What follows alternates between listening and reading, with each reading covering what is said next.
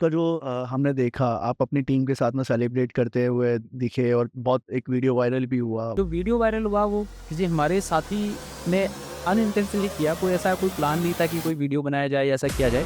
लेकिन उस समय सब थोड़े से हँसी-खुशी के मूड में थे, तो कुछ लोगों ने वो वीडियो बना दिया और कोइंसिडेंटली वो वायरल हो गया। आपकी जर्नी बहुत ज़्यादा मोटिवेटेड रही है क्योंकि आपने देश के लिए स्टार्टिंग से ही काम करा है। मैं ये बताना चाहूँगा कि मैं जो 15 साल मैंने नेवी में नौकरी की, वहाँ से 2015 में मैंने जो छोड़ा, 16 में जो आरएस एग्जाम था वो मैंने अपीयर किया था और 2016 वाले में लकीली फर्स्ट अटेम्प्ट में ही मैं आरएस में सेलेक्ट हो गया और मेरे 18वीं रैंक के साथ में फिर मैं एसडीएम बन गया और पिछले 6 सालों से मैं एसडीएम के पद पे कार्यरत हूँ। अनफॉर्चुनेटली उस जब मैं आरएस बना उस समय मैं मेरे फादर को खो चुका था। दीपावली से 2 दिन पहले हमारा रिजल्ट आया था और उस समय यहाँ से सेलेक्ट होने के बाद में हम गाँव गए थे। तब में सभी साथी होते हैं लेकिन ऐसा बोलता अपने आप को अकेले कोई जेल नहीं होती है, तो ये बात यहाँ पर भी लागू होती है। ये चाहते हैं कि कोई एक मेंटर उनको गाइड करे जिस जर्नी से वो निकले हैं। तो इतना चैलेंजेस आते हैं आपके डे टू डे लाइफ में, मतलब इसमें लोग चैलेंजेस भी देखते होंगे, आपको कई सारे चीज़ें हैंडल भी करनी है, टीम को भी मैनेज करना है, वो बताइए। तो सर मैं आपके बारे में जानना चाहता हूँ। सबसे पहले तो बहुत बहुत धन्यवाद आपका हमारे चैनल पर आने के लिए।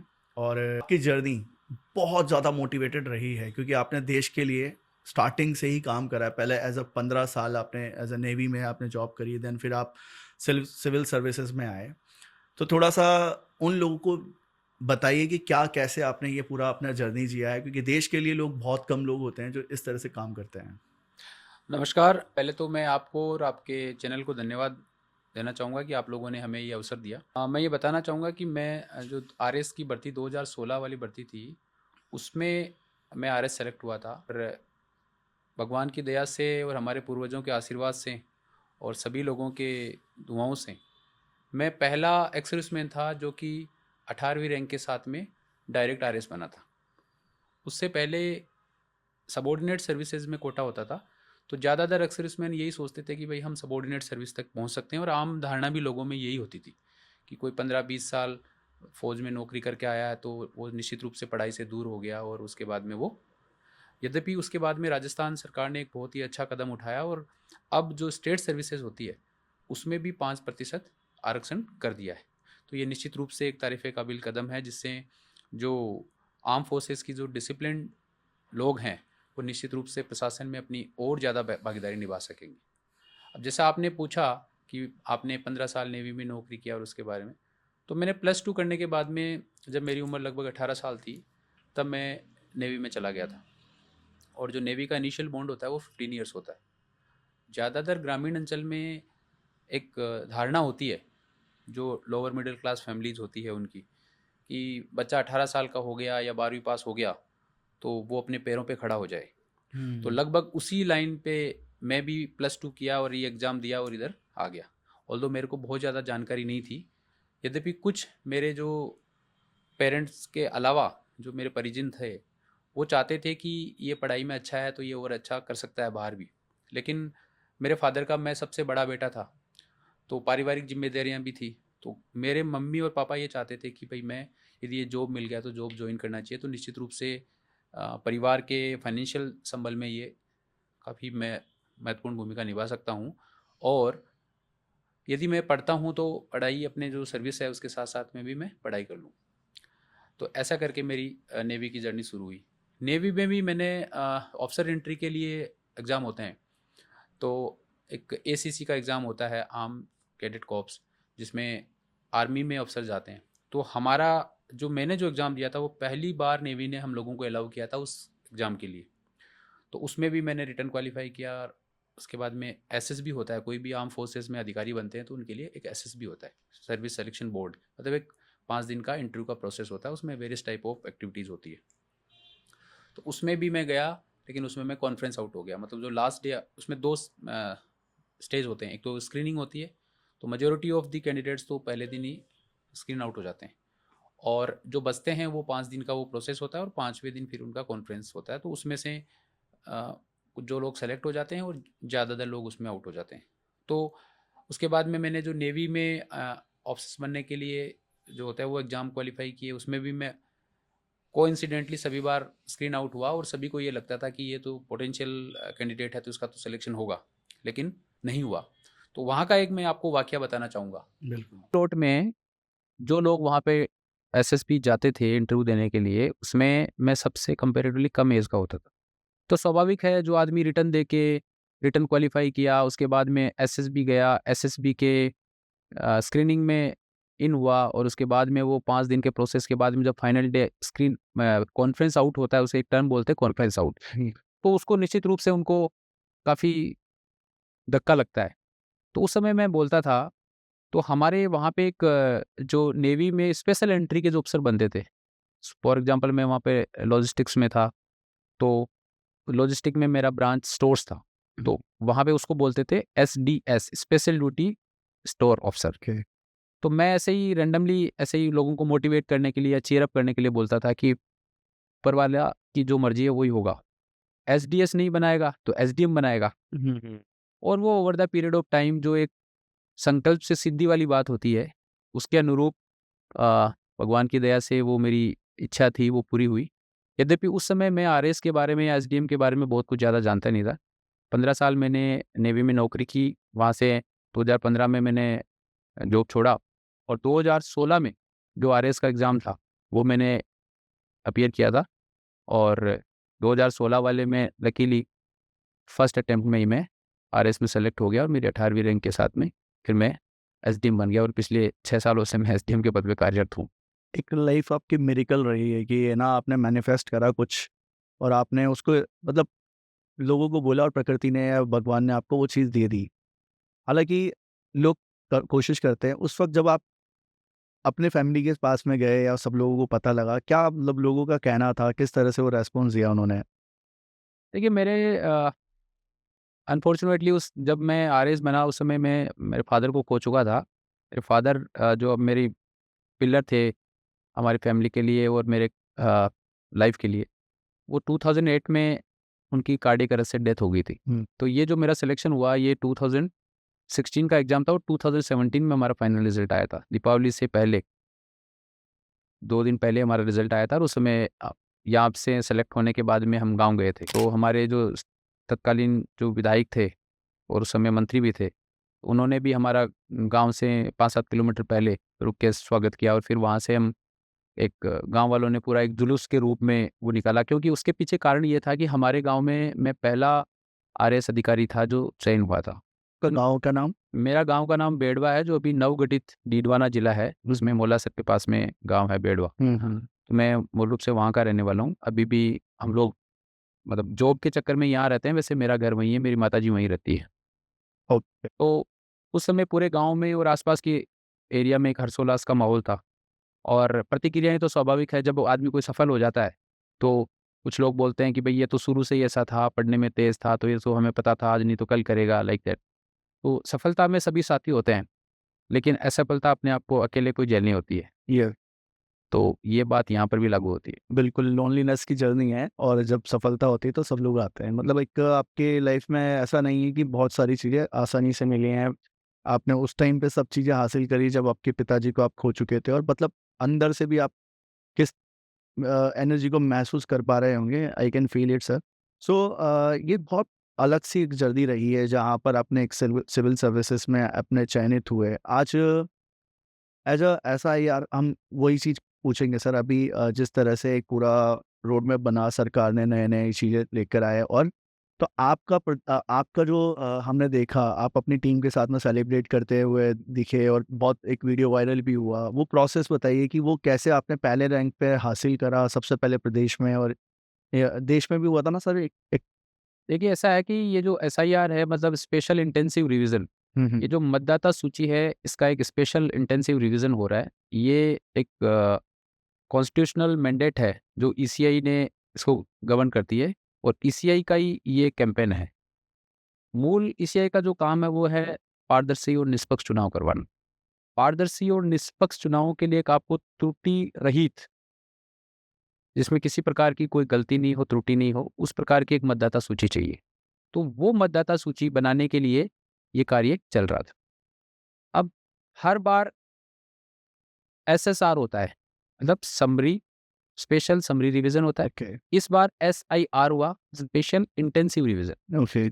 एसएसआर मतलब एक नॉर्मल प्रोसेस ये हर बार होता है। हुँ, इस बार ये इंटेंसिव हुआ। जो लास्ट इंटेंसिव रिवीजन हुआ था वो राजस्थान में 2002 में हुआ था। जबकि ये ऐसा नहीं है कि ये पहली बार हो रहा है, ये पहले भी होता आया है। ओ अलग-अलग समय जी, जी। ये कॉन्स्टिट्यूशनल मैंडेट है, ईसीआई के पास में इसकी शक्तियाँ और ईसीआई इसको कर सकती है। उन्हीं शक्तियों का उपयोग करते हुए ईसीआई इसको कर रही है। एसआईआर 2002 के बाद में 2025 हुआ। हुँ, अभी इतना एक लंबा गैप हो गया। इस लंबे गैप में आप देख रहे हैं कि over the period of time हुँ, पिछले 20-25 सालों में हुँ। हमारे राजस्थान का ही हम एग्जांपल लेते हैं तो बड़ी संख्या में अर्बनाइजेशन हुआ है। ये शिक्षा को लेके, रोजगार को लेके बड़ी भारी संख्या में माइग्रेशन हुआ है। तो साधारणतः जैसे मैं गाँव का व्यक्ति हूँ। मैंने वोटर लिस्ट में गाँव में नाम जुड़वा रखा है। मैं किन्हीं कारणों से रोजगार, शिक्षा किसी अन्य कारण से मैं किसी शहर में जाके बस गया। यहाँ पे रहने लग गया। मैंने यहाँ पर भी नाम जुड़वा लिया। तो मेरा नाम 2 जगह हो गया। तो ये जो डुप्लीकेट एंट्री है, वो विधि सम्मत हो जाए। वो हटना चाहिए। साथ ही हर बार कुछ लोगों की डेथ होती है, उनके नाम हटने चाहिए। हुँ, जो एक से अधिक एंट्री है, उनके नाम हटने चाहिए। तो ये एक आम प्रोसेस है। उस समय हमने देखा था कि एक तय समय सीमा में ये एसआईआर का काम हमें करना ये सरकार मतलब ईसीआई ने बहुत ही इसको सिस्टमैटिक ढंग से और बहुत ही अलग-अलग फेज़ में ईज़ी वे में इसको किया था और हर बार कोई ना कोई सरकार के द्वारा या चुनाव आयोग के द्वारा कैंपेन चलते रहते हैं और सरकारी मशीनरी इसको करती भी है। लेकिन तत्समय एक एसआईआर को लेके एक मीडिया में एक नेगेटिव नैरेटिव चल रहा था। निश्चित रूप से नेगेटिव नैरेटिव चलेगा तो जो हमारी टीम है, फॉर एग्ज़ाम्पल कहीं किसी बीएलओ के साथ में कोई घटना होती है, जी। वो घटना एसआईआर के कारण नहीं होती है। वो घटना उसके आम जीवन में वैसे भी हो सकती है और वैसे ही होती है। लेकिन उसको लिंक कर दिया जाता है एसआईआर से। लेकिन इसका फ़र्क हमारे जो अन्य साथी हैं, जो अलग-अलग जगह, अलग-अलग कैपेसिटी में काम करते हैं, उन पे भी पड़ता है। उन लोगों को चार्ज रखना, उनको मोटिवेट रखना, इसके लिए हमने ये शुरू से ये प्लान रखा था कि हमारे को नेगेटिव मोटिवेशन नहीं रखना है, पॉजिटिव मोटिवेशन रखना है। नेगेटिव मोटिवेशन में क्या होता है जनरली जो सरकारी तंत्र होता है उसमें कि आपको नोटिस दे देंगे, आपको चार्जशीट दे देंगे, तो उस डर के मारे कार्मिक काम कर लेकिन हमने शुरू से ही ये पॉजिटिव सेट वो पॉइंट रखा कि किसी भी जो भी हमारा कार्मिक है उसको नेगेटिव मोटिवेट नहीं करके पॉजिटिव करेंगे। उनकी जो कमियाँ हैं, इसको सुधारने की कोशिश करेंगे। उनके पास जिस संसाधन की कमी है या उनके साथ कोई चैलेंजेज़ आ रहे हैं, उनको हम मिल के एज़ अ टीम का एक्शन प्लान क्या था जब आपको पता चला और कितने बीएलओ की टीम बनी? किस तरह से ग्राउंड पे आप लोगों ने काम करा? क्योंकि लोगों के साथ में आपने बताया एक नैरेटिव चल रहा था, नेगेटिविटी का भी था और एक डर भी था कि गाँव वाले कैसे के लोग किस तरह से रेस्पॉन्ड करेंगे, नई चीज़ आ रही है। लोगों को डर था कि हाँ, कुछ नाम नहीं कट जाए या योजनाएँ का लाभ नहीं मिल पाएगा, ऐसा कुछ बहुत सारे नैरेटिव्स थे। आपका क्या एक्शन प्लान रहा था? कैसे टीम की मीटिंग्स हुई? आपके उस क्योंकि जब लोगों ने आपका सक्सेस देखा, टीम के साथ सेलिब्रेशन का और बहुत न्यूज़ चैनल्स में भी आया है कि हाँ, ये प्रोसेस में यहाँ से ये नंबर 1 आया है जगह, तो वो एक्शन प्लान जानना चाहेंगे लोग। देखिए ऐसा है कि सबसे पहले ईसीआई के डायरेक्शन थे हमारे सीईओ साहब हैं नवीन महाजन सर, हमारे डीओ जो डीएम है जयपुर के डॉक्टर जितेंद्र सोनी सर, इन सब की कांस्टेंट मॉनिटरिंग थी और इनकी गाइडेंस थी। हमने एक टेबल टॉप एक्सरसाइज पहले ही कर दी थी। मतलब ओके। उसमें मूल जो भावना थी कि 2002 की एसआईआर से यदि आप 2025 के वोटर को लिंक कर देते हैं, तो उनको किसी भी प्रकार का कोई दस्तावेज़ देना नहीं होगा। इसको हम मैपिंग बोलते हैं। तो ये जो एसआईआर शुरू हुआ था, उससे पहले ही हम ऑलमोस्ट 77-78% लोगों की मैपिंग कर चुके थे। ओके। तो हम लोग कॉन्फिडेंट थे कि हमें लोगों से ज़्यादा दस्तावेज़ नहीं लेने, इससे लोग भी परेशान नहीं होंगे और हमारी टीम भी परेशान नहीं होगी। तो ये एक टेबल टॉप एक्सरसाइज़ हमने पहले कर दी। उसके बाद में जब ये लोगों को हमने ये पहले से अवगत करा दिया कि आप मैपिंग कर लेंगे, मैपिंग किस प्रकार कर सकते हैं, उसके कई सर्च माध्यम वगैरह हमने इजाद किए थे, उसका लोगों को फ़ायदा हुआ। हमारी टेक्निकल टीम भी हमने बैक एंड पे काम करवाया ताकि लोगों के डिटेल्स को हम सर्च कर सकें। उसके बाद media, social media, print media इसके माध्यम से भी लोगों को अवगत कराया कि आप ये सारे काम पहले से तैयार रख लें, तो इससे आपको दस्तावेज़ नहीं देना पड़ेगा। अब यदि आपके 2002 के एसआईआर में आपका नाम नहीं है, तो दस्तावेज़ एक 12-13 डॉक्यूमेंट चाहिए, वो भी हमने पहले से अवगत करा दिए।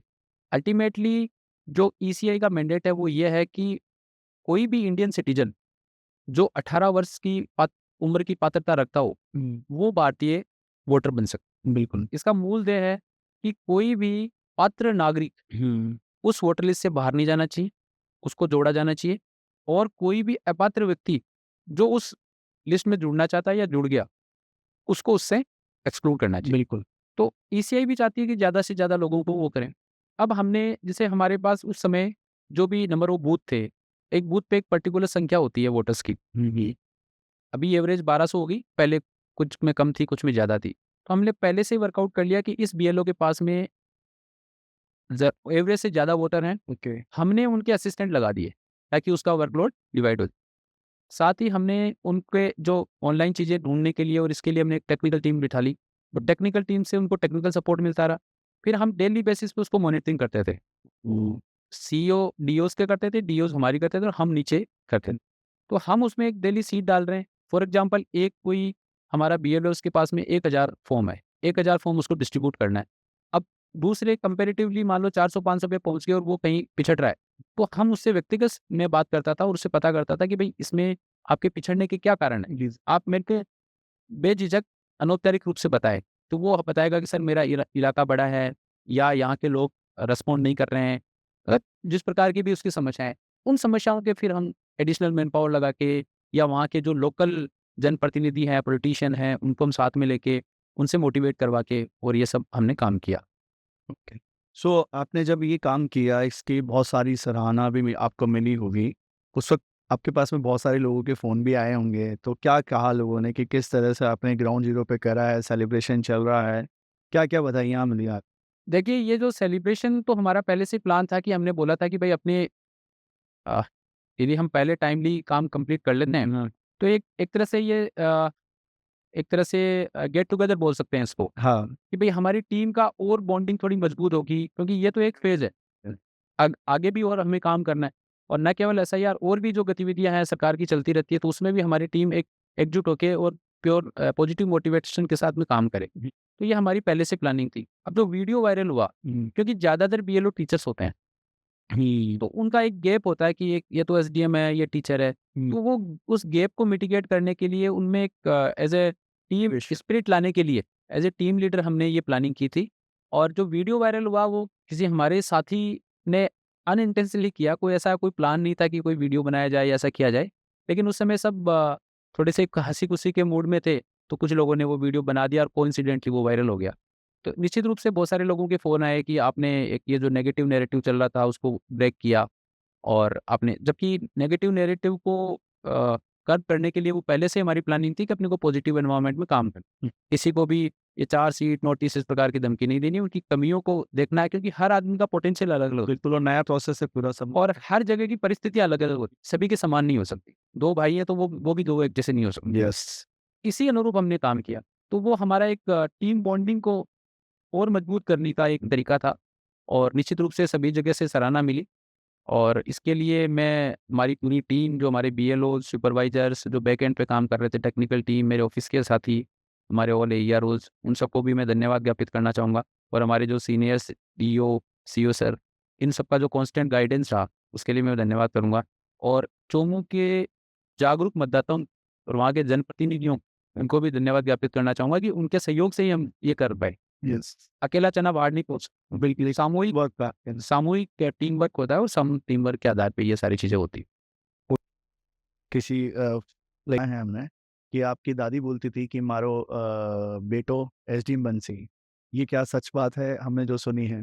ये देखिए गाँव में क्या होता है कि कलेक्टर, एसडीएम ये बड़े पद होते हैं और हम लोग भी रूरल बैकग्राउंड से आते हैं। ओके। तो जो मेरे दादी थे उन्होंने भी बहुत ज़्यादा अभावों में और चुनौतियों में ज़िंदगी जी थी। क्योंकि जब मेरे फ़ादर की एज 5 साल के आस-पास रही होगी, तभी मेरे दादा की डेथ हो गई थी और मेरे फ़ादर इकलौते बेटे थे और उसके बाद में उस समय परिस्थितियाँ अलग होती थी, तो उन्होंने काफ़ी जुझारू जीवन जिया और अब उन्होंने अपने बच्चों का पालन-पोषण किया और मेरे से उनका बहुत ज़्यादा प्रेम था क्योंकि मैं सबसे बड़ा पोता था। तो पहले हमारे जनरली ज़मीनों को लेके आपस में हर जगह होता ही है, टकराव की स्थितियाँ होती थी। ज़मीनें बचाना अपने आप में एक बहुत बड़ा संघर्ष था। इस संदर्भ में हमारे भी पहले कई रेवेन्यू कोर्ट में मुकदमे वगैरह चले। वो तो मेरे टाइम नहीं, मेरे से पहले चले, मेरे दादी तो वो लोग उसमें आमतौर पे जाया करते थे। तब उन्होंने देखा था कि भई एसडीएम क्या होता है और डीएम क्या होता है। तब उन्होंने ऐसे गाँव में बोला कि भई मारो बेटो भी एसडीएम बना लो। ऐसा करके, तो उन्हीं का आशीर्वाद है कि आज हम इस जगह पहुँचे। मतलब आपके साथ में उनकी दुआएँ हमेशा से आपके साथ में रही। बिल्कुल उनका आशीर्वाद रही। जब आपने ये चीज़ अचीव करी है, तो आज वो आप लोगों को देख के कि हाँ, खुश भी होती होंगी, जहाँ आप पर भी हैं। सर ये जो जर्नी रही आपके गाँव में, देखिए मैं आपके पर्सनल थोड़ा-सा ये जानना चाहूँगा। आपने बताया कि आपके भी जीवन में बहुत सारे चैलेंजेस रहे हैं।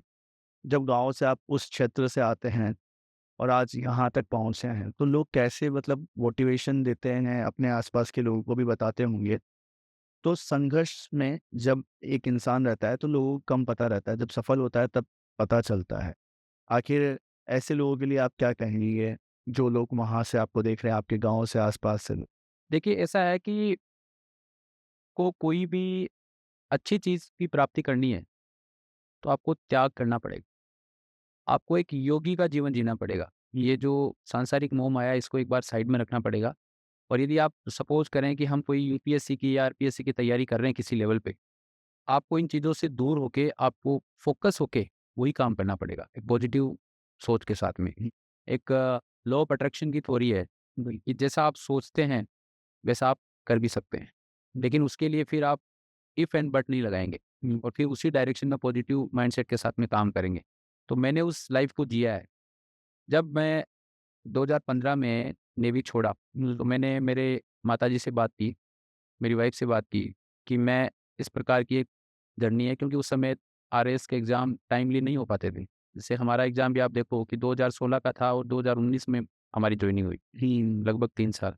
तो मैंने ऐसे ही मज़ाक में उनसे बोला कि ये पंचवर्षीय परियोजना है और 5 साल तक यदि आप लोग सस्टेन कर सकते हैं, तो मैं ये स्टेप लूँ। क्योंकि मेरे मामा हैं, जो इस यात्रा के लिए इग्नाइट करने वाले वही थे। उन्होंने पहले आरएएस के एग्ज़ाम दिए थे, लेकिन कोइंसिडेंटली उनका सिलेक्शन नहीं हुआ, वो अभी केवी में टीचर हैं। उन्होंने कहा कि आप एक बार घरवालों से बात करो और आप कर सकते हो। होता है कि कोई तो कोई भी आपको कोई यात्रा करनी है, तो आपको एक मोटिवेशन चाहिए। तो जनरली आप देखते हैं कि कोई भी रिज़ल्ट आता है, तो आप देखे होंगे कि संभागवार या जिलेवार जो सेलेक्टेड कैंडिडेट्स होते हैं, उनकी लिस्ट आती है। तो उन्होंने उस समय एक जो भी उससे पहले जो जिसको हम आम बोलचाल में 2013 वाला आरएस बोलते हैं, उसका रिज़ल्ट आया। तो उन्होंने वो हमारे साथ साझा किया कि बोला जब ये लोग कर सकते हैं, तो तू भी कर सकता है। बिल्कुल। उन्होंने वो एक फायर पावर जनरेट की। तो उससे मेरे को फिर एक प्रेरणा मिली कि यस, जब ये बोल रहे हैं तो मैं कर सकता हूँ। तो मैंने मेरे पेरेंट्स से, माताजी से, वाइफ़ से बात की और फिर आपको पूरी तरह से मैं दूसरी चीज़ों से डिस्कनेक्ट होके और उसके बाद में ये तैयारी की। और निश्चित रूप से जब आप सही डायरेक्शन में पूरे मनोयोग से कोई पढ़ाई करेंगे और तैयारी करेंगे, तो सफलता मिलेगी। सो आपके पास में एक मेंटर थे, जो कि आपको गाइड करे और आपने इम्प्लीमेंट करा। So like without mentor you are not be an implementer. So और आपने लॉ ऑफ अट्रैक्शन की भी बात बताई, रोंडा ब्रांड्स की बहुत अच्छी बुक है, सीक्रेट ऑफ सक्सेस के नाम से। कुछ जो भी लोग देख रहे हैं, कुछ भी अट्रैक्ट करना चाहते हैं, मैनिफेस्ट करना चाहते हैं, they must be read. Sir ये संघर्ष की जर्नी तो है ही, और जो लोग आज के समय आरएस की प्रिपरेशंस कर रहे हैं या सिविल सर्विसेज में अपने बहुत साल लगा देते हैं, उनके लिए कि अकेलेपन की जर्नी हो जाती है। उस टाइम पे तो कोई साथ नहीं देता, पर ये फ़ैसिनेट करती है जॉब, जब चार्मिंग लगती है ना। पर जो लोग एक डिसीज़न ले रहे हैं इस वक़्त, उनको किस तरह से अपने लाइफ़ को प्रोटेक्ट करके या लाइफ़ में जो भी चीज़ें आने वाले समय में हैं, प्रिपरेशंस, टाइमिंग, रूटीन्स, बहुत सारी चीज़ें ऐसी होंगी जो फैमिली के तौर पे उनको डेलीगेट करनी होंगी। जैसे आप एक जॉब से फिर अनदर जॉब में आए, किस तरह का एक जर्नी है, इसमें कितनी चीज़ें आपको छोड़नी पड़ेंगी और कैसे आगे बढ़ना पड़ेगा? देखिए, हर व्यक्ति का बैकग्राउंड अलग-अलग है। हुँ, आपका एम क्या है, उस एम के हिसाब से आपको संसाधन जुटाने पड़ेंगे। हो सकता है कि कुछ इतने हम्बल बैकग्राउंड से बच्चे आ रहे हों, जिनके पास में तैयारी करने के लिए या कोई कोचिंग करने के लिए या पढ़ाई करने के लिए पैसे नहीं हो। तो उनके लिए वो पैसे जुटाना, वो एक बड़ी बात होती है। तो सबसे पहले हर्डल्स वहीं से शुरू हो जाते हैं। दूसरा, यदि आप शादीशुदा हैं, तो आपका परिवार का भरण-पोषण कैसे होगा? यदि आप एक सर्टेन एज पे आ गए हैं, तो जहाँ पे आपको कोई ना कोई सोर्स ऑफ इनकम चाहिए, उसके लिए आप क्या करेंगे? तो मैं इस मामले में थोड़ा लकी रहा कि मैं जो 15 साल नेवी में नौकरी करके आया, तो मुझे कुछ पेंशन के पैसे मिलते थे। तो परिवार का जो बेसिक भरण-पोषण उससे हो सकता था और वो हमने चाबी हमारी श्रीमती जी को समझा दी कि उन इनको बता दिया कि भई ये पैसे हैं, आपको इसी में घर चलाना है और इसी में। मेरा एक बेटा था और वाइफ़ थी। उन्होंने भी मेरा बहुत साथ दिया पूरी तैयारी में। उन्होंने जनरली क्या होता है, जब घर में आपकी शांति होगी, तभी आप जो प्रोग्रेसिव सोच रख सकते हैं और अन्य चीज़ों पे फ़ोकस कर सकते हैं। यदि घर की साइड से आदमी डिस्टर्ब है, मेंटली डिस्टर्ब है, तो फिर वो नहीं कर पाएगा। तो अपने को अलग-अलग लोगों के अलग-अलग बैकग्राउंड के हिसाब से अलग-अलग चैलेंजेज़ है, वो चैलेंजेज़ तो मीट आउट करने ही होंगे। क्योंकि जब आपका सपना बड़ा है, तो उस सपने के लिए त्याग और बलिदान तो करना पड़ेगा। आपको मेहनत तो करनी पड़ेगी। यस। इसका मेहनत का कोई सब्स्टिट्यूट नहीं है। मेहनत का सब्स्टिट्यूट भी नहीं है और आपके पास में कभी-कभार फिक्स टाइम से भी ज़्यादा टाइम लगता है इसमें ऐसे। एग्ज़ैक्टली। बिल्कुल, अभी हम सोचे 3 साल लग देना है, 3 साल में नहीं हो रहा है, तो फिर लोग गिव अप कर मतलब 3 सीढ़ी चढ़ते हैं फिर then they backward that their steps. So ये जर्नी अब हम इसी पे बात करें बिकॉज़ बहुत सारे एस्पिरेंट्स स्टूडेंट्स देख रहे हैं इस पॉडकास्ट को और वो इस जर्नी में हमेशा ये चाहते हैं कि कोई एक मेंटर उनको गाइड करे जिस जर्नी से वो निकले हैं। क्या इस जॉब के चैलेंजेस हैं? कितना ये जॉब आगे चलती है? तो उस पे मैं भी आपसे और डिटेल में बात करने वाला हूँ। सर ये जॉब एज़ सिविल सर्विस में आप काम कर रहे हैं, एज़ अ जॉब ही है, पूरा एक बहुत अच्छा जॉब है बट हाँ, क्या चैलेंजेस आते हैं आपके डे टू डे लाइफ में? कितना कुछ आपको मतलब इसमें लोग चैलेंजेस भी देखते होंगे, आपको कई सारे चीज़ें हैंडल भी करनी है, टीम को भी मैनेज करना है, वो बताइए थोड़ा? देखिए ऐसा है कि सरकार यदि कोई पद देती है, हुँ, तो उस पद के साथ में आपको सुविधाएँ देती है, तो ज़िम्मेदारियाँ भी देती है। जितना बड़ा पद होगा, उतनी बड़ी ज़िम्मेदारियाँ भी होगी। तो आप सपोज़ एक आरएएस अधिकारी बनते हैं, तो आरएएस अधिकारी जो शुरुआती पोस्टिंग होती है, वो आपको सहायक कलेक्टर या आपको उपखंड अधिकारी मतलब जिसको हम आम बोलचाल भाषा में एसडीएम बोलते हैं, हुँ, एसडीएम लगाते हैं। एसडीएम अपने सब डिवीज़न का सबसे बड़ा प्रशासनिक अधिकारी होता है। तो जो अन्य विभाग हैं, उनका भी मॉनिटरिंग, सुपरविज़न एसडीएम को करना होता है। एसडीएम को खुद को एज़ ए कोर जो उसके काम है, उसका कोर रेवेन्यू कोर्ट चलाना है, तो वो उसका काम है। लॉ एंड ऑर्डर से रिलेटेड जो स्थितियाँ हैं, वो उसको पुलिस के साथ में मिलके उसको निपटना है। तो ये सारे चैलेंजेज़ रहते हैं। अब आप देखते हैं कि ये तो एक टाइप ऑफ वर्क्स हो गए। क्या-क्या काम वो करता है, किस-किस फील्ड में काम करता है। हुँ, लेकिन अब आप देखेंगे चैलेंजेज़ क्या-क्या आएँगे। हुँ, चैलेंजेज़ अब आज के ज़माने में हम बात करें, तो पब्लिक जागरूक है, जागरूक होना अच्छी बात है। लेकिन कई लोग इसका जागरूकता का ओवर यूज़ या मिसयूज़ करते हैं, वो गलत है।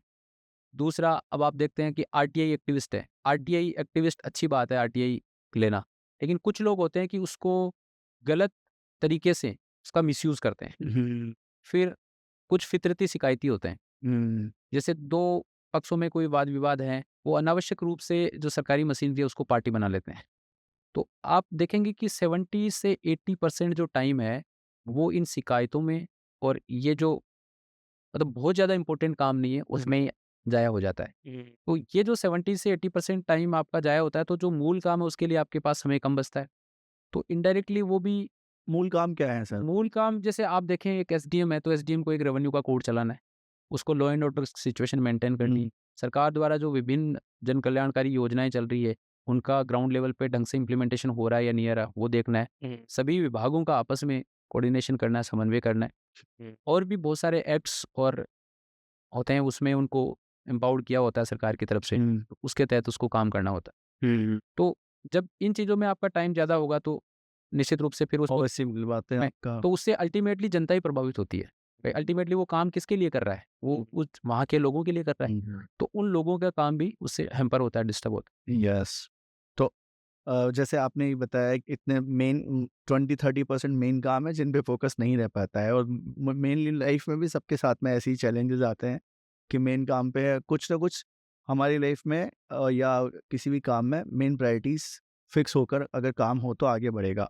जैसे आपने अभी एक ये पूरा पार्ट बताया कि हाँ, इसमें इतने चैलेंजेस हैं, पद है तो ये बहुत बड़ा दायित्व है। तो जो स्टूडेंट्स इस पोज़ीशन पर आएँगे इन फ्यूचर क्योंकि कैरेक्टर बिल्ड होता है ना तो सक्सेस जल्दी मिलती है। अगर आपका रूटीन, कैरेक्टर या आपके आपने बता एक वर्ड बोला था, आपको त्याग करना पड़ेगा। मतलब अगर आपने भोग छोड़ा तो आपको त्यागी बनना पड़ेगा। तो भोगी से त्यागी वाली जो जर्नी में अगर कोई भी इंसान एज़ अ मॉन्क कितने टाइम तक जिए और फिर ये चीज़ें अचीव करे तो पहले कैरेक्टर कैसे बिल्ड करे? है।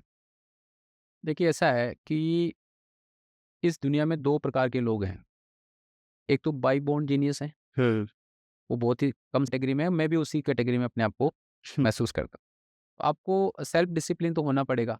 आपको जो अपनी आदतें हैं उनको ठीक करना पड़ेगा। जो एक कहावत है कि काम, क्रोध, मोह, माया इनसे आपको दूरी बनानी पड़ेगी, तभी आप अपने इन विचारों को नियंत्रित करके और पढ़ाई पे या जो भी आपने आपका रास्ता चूज़ किया है, उस पे सफल होने के लिए प्रयास कर सकते हैं और तभी आपको सफलता मिलेगी। एडिक्शंस बहुत सारे हो जाते हैं बच्चे जब पढ़ते हैं, तो पेरेंट्स तो रहते नहीं हैं, कई कई लोगों के एडिक्शंस हो जाते हैं या कई लोग मोबाइल का एडिक्शन मान लेते हैं, सोशल मीडिया भी एक एडिक्शन है और अच्छी चीज़ भी अच्छी है, अगर उसको ज़्यादा एक्सेस कर लोगे तो फिर वो ज़्यादा एक्सेस में बुरा ही हो जाता है। तो आपके समय पे लकीली ऐसा कुछ एडिक्शन या ऐसा सोशल मीडिया इतना था नहीं। आजकल इन्फॉर्मेशन से ना इतनी ज़्यादा अवेलेबल है ना कि लोग बहुत ज़्यादा डिस्ट्रैक्टेड है। एक क्लिक पे इतनी, और अब तो एआई आ गया है। तो ऐसे डिस्ट्रैक्शन से भी कैसे बच सकते हैं लोग? देखिए, ये बिल्कुल आप सही बोल रहे हैं कि जो विभिन्न प्रकार के नशे हैं, उन नशों के साथ में सोशल मीडिया और ये मोबाइल की एक्सेस यूज़ करना, ये भी एक लत है। तो इसको अपने को कंट्रोल करना पड़ेगा। हम क्या करते हैं, जैसे आप एज़ ए स्टूडेंट सोचें या एज़ ए पेरेंट सोचें, तो कोई भी आजकल हर चीज़ इंटरनेट पे अवेलेबल है। आप हुँ, इंटरनेट एक्सेस करते हैं। हुँ, अब आपको एक इन्फॉर्मेशन लेनी थी, लेकिन आप उसमें और डूबते चले जाते हैं और बहुत सारा अपना समय वेस्ट कर देते हैं।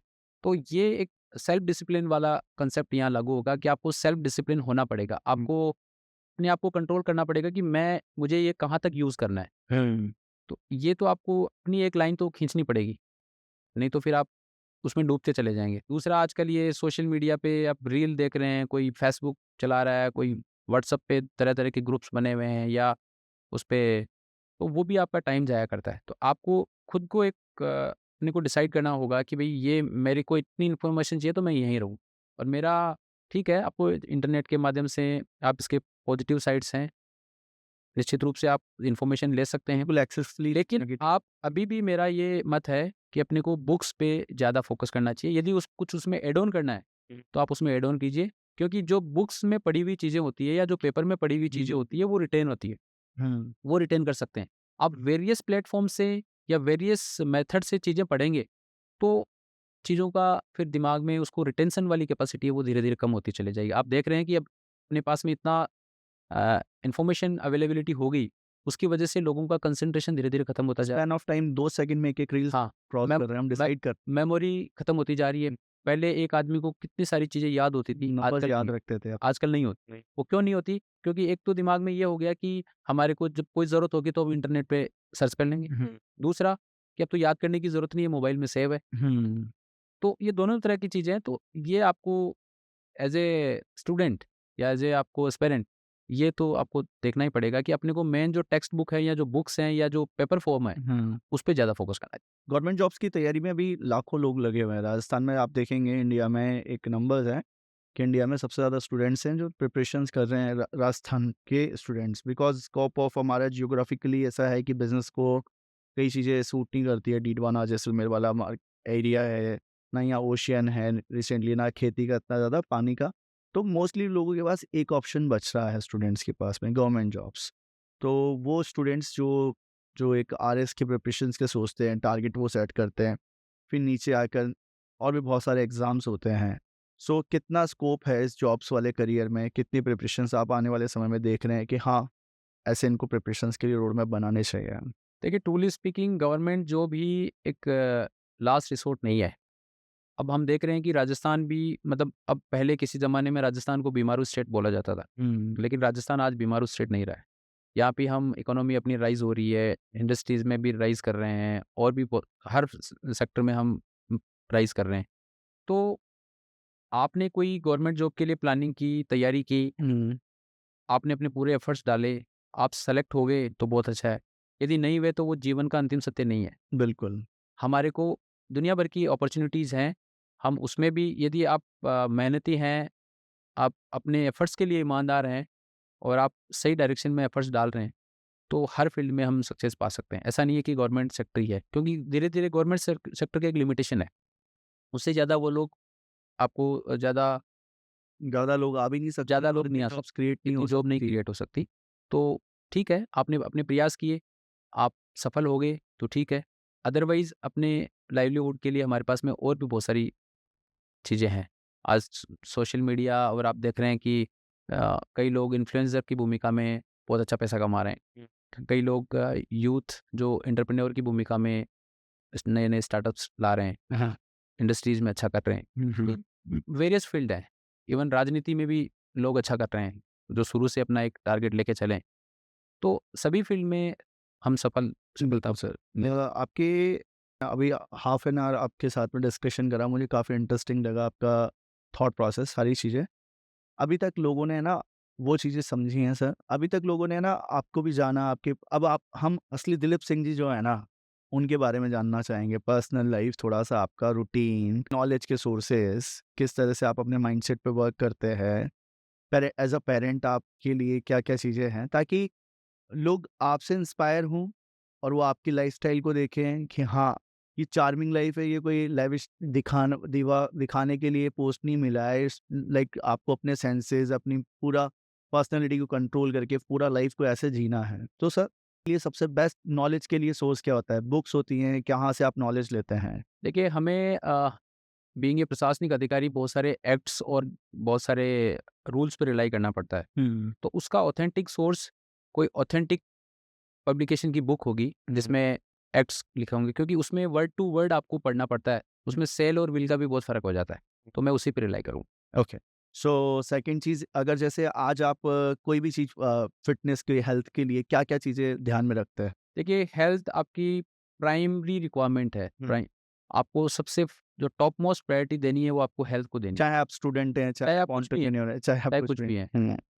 मैं भी अपने आप को फिट रखने के लिए फिजिकल एक्सरसाइज करता हूँ, योगा करता हूँ। हुँ। पहले मैं मैराथन दौड़ता था, हुँ। फिर मेरे कुछ पैरों में इश्यू हो गए, उसकी वजह से फिर मैंने उसको डिसकंटिन्यू कर दिया। तो आपको किसी न किसी फ़ॉर्म में फिजिकल और मेंटल एक्टिव के लिए आपको एक्सरसाइज करनी चाहिए। हुँ। फिज़िकल, मेंटली फिट रहेंगे तो आपकी लाइफ़ में आप कुछ भी अचीव कर लेंगे, मतलब पेड़ पे नहीं अटकेंगे तो कहीं न कहीं अटकेंगे। सो स्टूडेंट्स और भी या जो भी लोग देख रहे हैं, आपके एज़ अ पेरेंट्स आप अपने अपनी लाइफ़ में बताया, आपने वाइफ़ को आप ज़िम्मेदारी दे दी थी और उन्होंने पूरा सँभाला घर।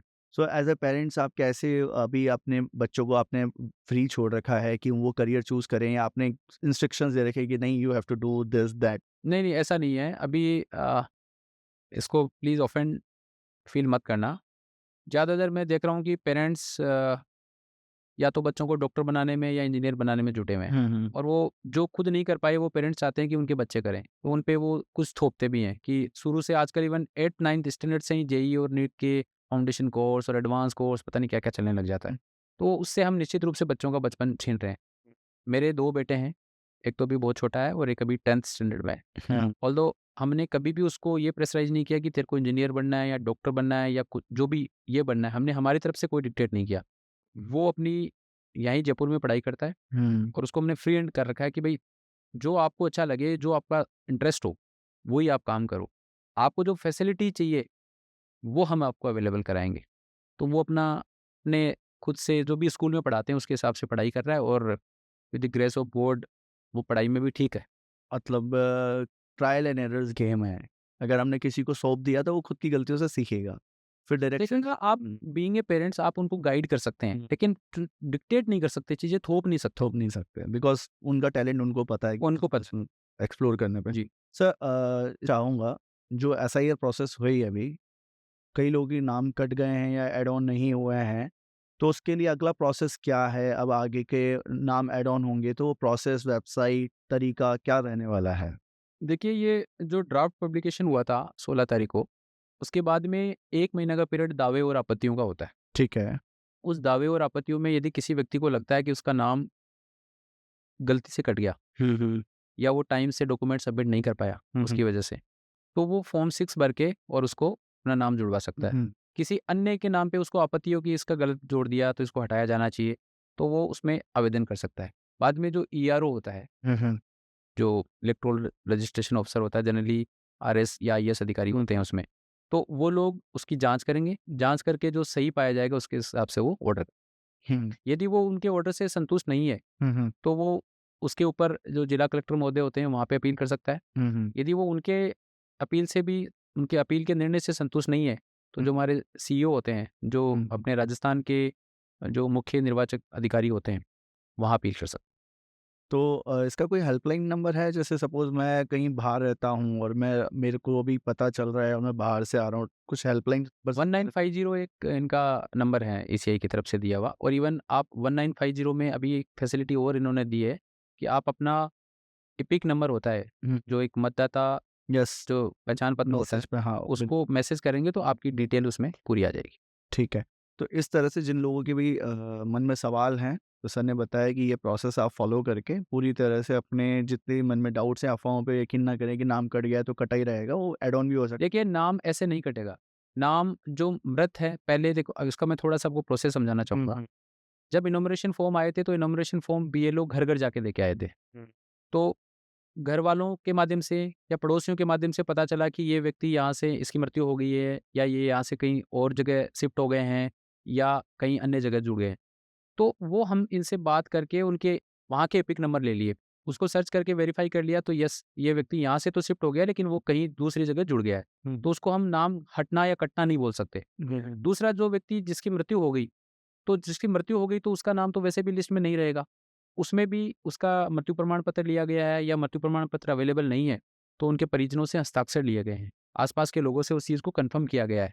और ये जो प्रोसेस हुआ है, जिनके भी उस एएसडी सूची बोलते हैं, एब्सेंट, शिफ्ट, डेथ और डुप्लीकेट, ओके। उस सूची को शुरू से ही इस पूरे प्रोसेस में राजनीतिक लोग साथ में रहे हैं। इवन जब ये प्रोग्राम चालू हुआ, उस समय सीईओ लेवल पे पॉलिटिकल लोगों के साथ में, उन पॉलिटिकल पार्टीज़ के साथ में मीटिंग हुई है।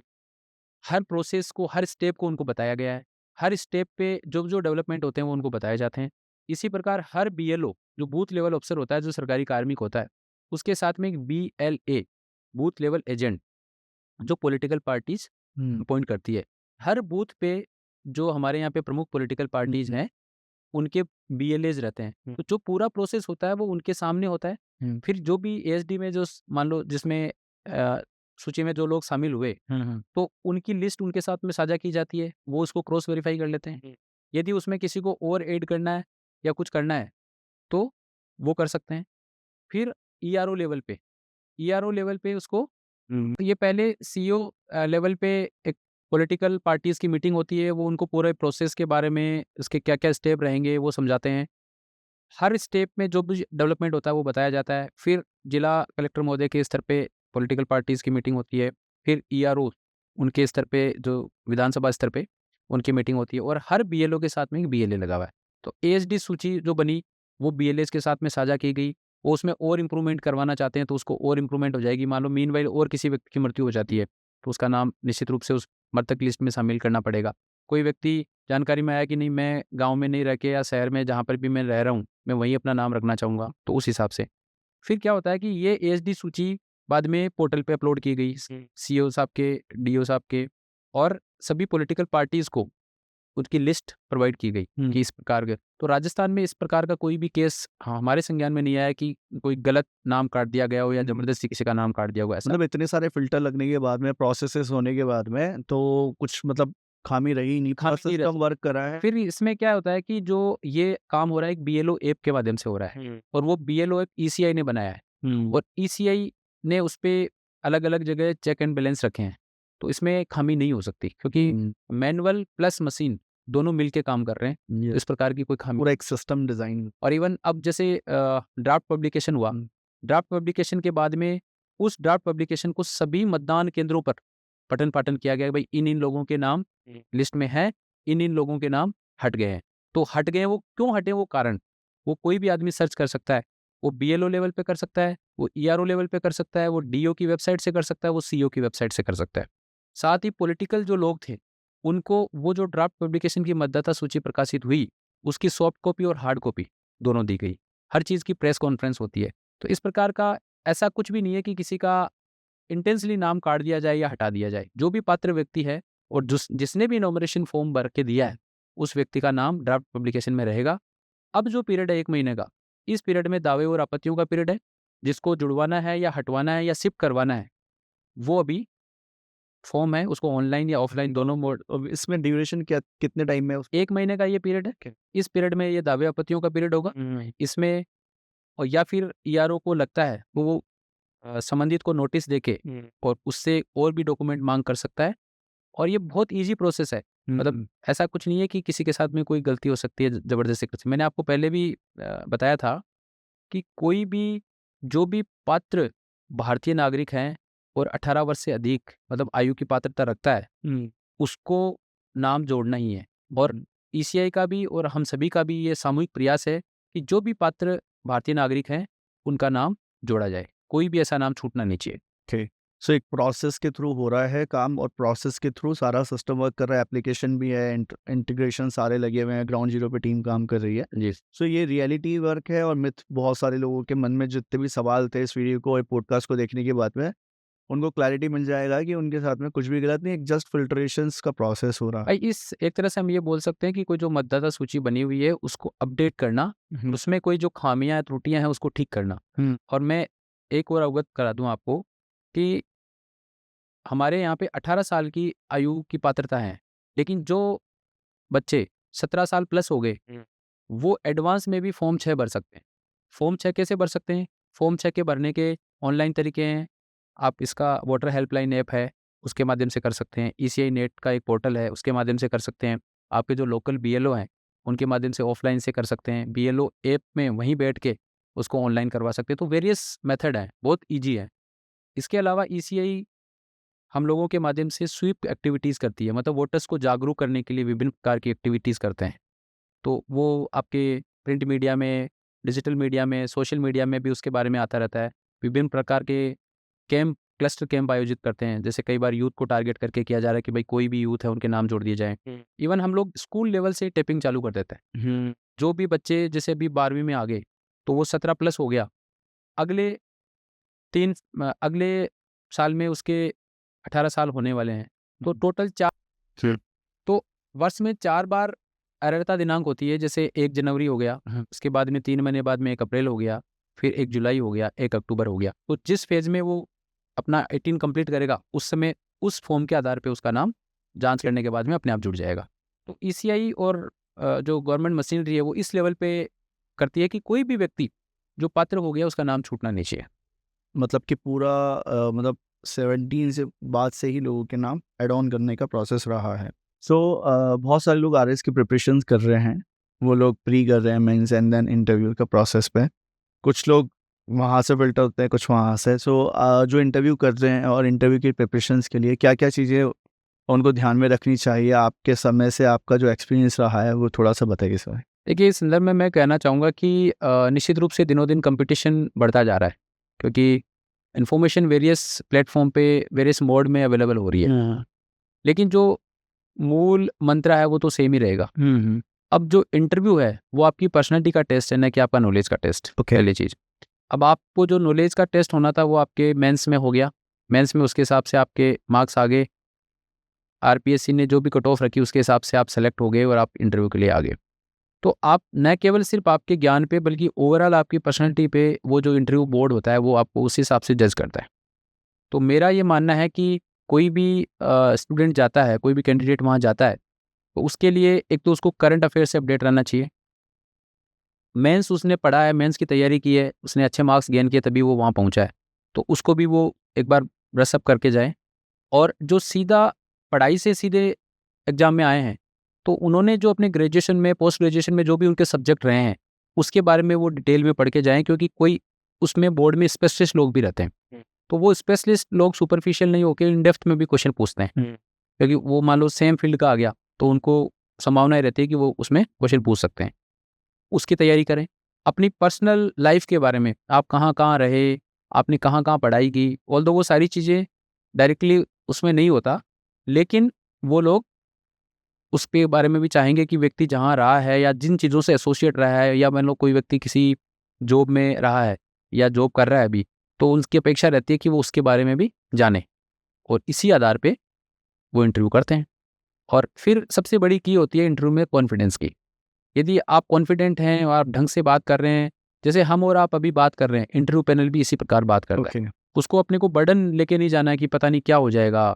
भाई हमारे जैसे ह्यूमन बीइंग है, हमसे ज़्यादा तजुर्बेकार और हमसे ज़्यादा पढ़े लिखे लोग हैं जो हमारा इंटरव्यू ले रहे हैं, और जो उनकी रिक्वायरमेंट है उसके हिसाब से वो जज कर रहे हैं।